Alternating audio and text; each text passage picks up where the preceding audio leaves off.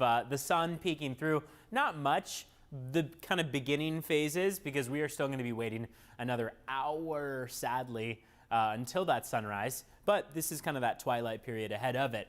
No cloud cover, or at least a lot less cloud cover to start off now your Tuesday morning compared to Monday.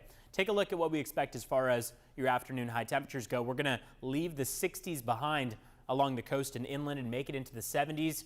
Low 70s for the coastline, mid 70s inland. Mountains are expected to make it into the upper 60s as opposed to the 50s that they rested in yesterday. And then across the desert, it's going for 85 this afternoon. How much rain did we pick up on? Not much at all. Palomar Mountain saw 32/100, so just over 3/10 of an inch. Chula Vista came in with some of the heaviest accumulations, 1/10 of an inch in total. Point Loma 4/100, Coronado 3, Santee 2. So things stayed light for pretty much every other spot besides the ones you're looking at here on the screen.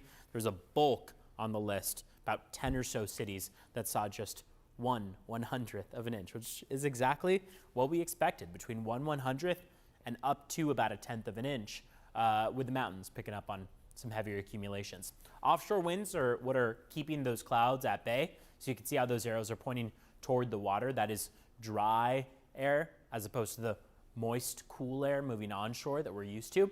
So while winds are calm, that wind direction is the primary party responsible for keeping those clouds away.